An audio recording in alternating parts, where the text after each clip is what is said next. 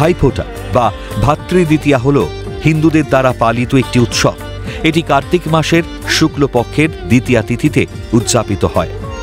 পশ্চিম ভারতে এই উৎসব ভাইদোজ নামেও পরিচিত।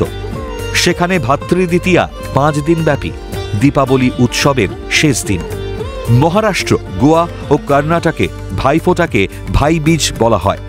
পশ্চিমবঙ্গের দার্জিলিং পার্বত্য অঞ্চলে ভাইটিকা এবং অনেক জায়গায় জম দ্বিতীয়া নামেও পরিচিত।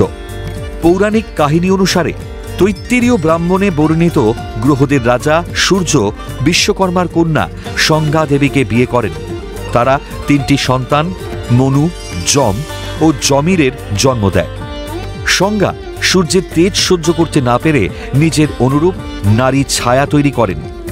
মনু, যম ও জমির এই 3 সন্তানের দায়িত্ব ছায়াকে দিয়ে সংজ্ঞা তপস্যা করতে বনে চলে যান।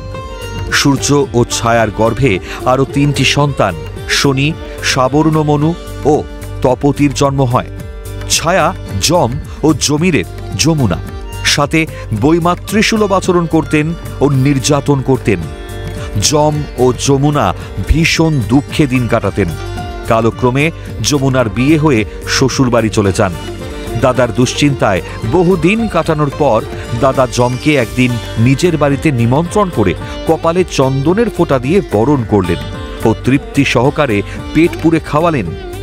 দিনটি ছিল কার্তিক মাসের শুক্লা দ্বিতীয়া তিথি।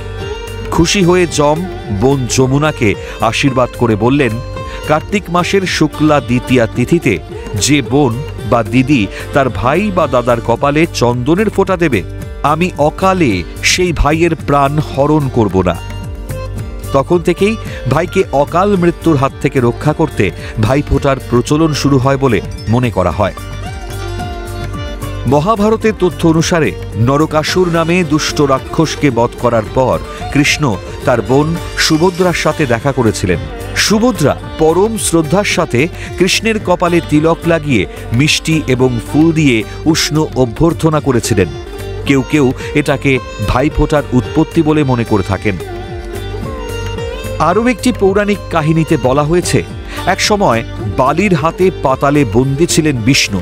সে কারণে চরম বিপদের মুখে পড়লেন স্বর্গের সব দেবতারা। কোনোভাবেই যখন বিষ্ণুকে উদ্ধার করা যাচ্ছে না, তখন লক্ষ্মীর ওপর সকলেই ভরসা করতে শুরু করেন।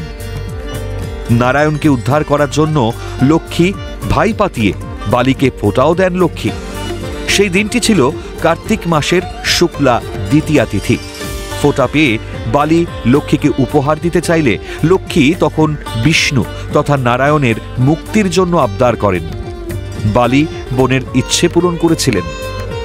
এইসব পৌরাণিক ঘটনাকে সম্মান জানাতে হিন্দু ধর্মের বোনেরা অঞ্চল ভেদে ভাইফোঁটা দেবার সময় বিভিন্ন মন্ত্র উচ্চারণ করে থাকেন। ভাইয়ের কপালে দিলাম ফোঁটা, জম দুয়ারে পড়ল কাটা, যমুনা দেয় জমকে ফোঁটা, আমি দিই আমার ভাইকে ফোঁটা।